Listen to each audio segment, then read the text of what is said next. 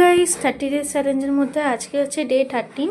তো সকালবেলা ঘুম থেকে উঠে আমি যে কালকে একটা ওভারনাইটের জন্য ডিটক্স ওয়াটার করে রাখি, তো সেটা হালকা খেয়ে আমি বেরিয়ে গেছিলাম আমার বোনকে আনতে সাইকেলে করে।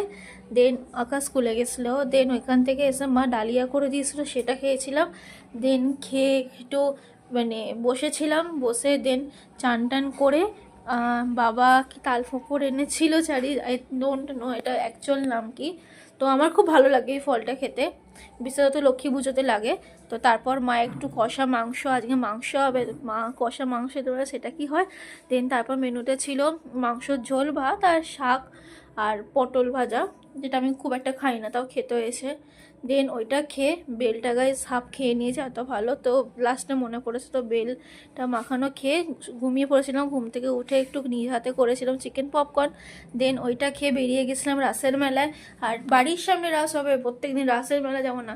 তো গাইস এত ভিড় হয়েছে আজকে না, মারাত্মক সাফোকেশন শুরু হয়ে যাচ্ছিল, মানে এত মারাত্মক। রবিবার আজকে তাই আরও। তো একটা করে ঘুগনি খেলাম, আর দেখো দূরে হচ্ছে পুতুল নাচ হচ্ছে আজকে। তো 2-3 দিন ধরে দেখতে পাইনি, আজকে দেখলাম। তো তারপর একটু ভুট্টা খেলাম, বাড়ির জন্য একটু ফুচকার এই কয়েকটা জিনিস খেয়ে, সোপ পেপারে বোনের একটা পেন, মায়ের চাটু কিনেছে, তারপর বাটি, এই দুটো কুচু কুচু পুতুল, তো এইগুলো কয়েকটা জিনিস কিনে, আর জিলিপিও কিনেছিলাম। দেন আমি মানে খেতে বসবো এবার আর কি, একটু রাতই হয়ে গেছিলো আস্তে আস্তে।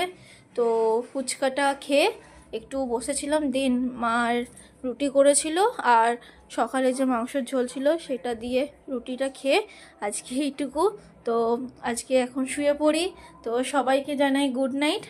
আর এই দেখো আজকে নতুন কম্বলটা কিনে এনেছে আমার মা বাবা। তো যাই হোক, এইটুকু, লাইক শেয়ার সাবস্ক্রাইব করতে ভুলবে না। আর ফেসবুক চ্যানেল থেকে দেখলে অবশ্যই ফলো করে নিও। আজকের জন্য টাটা।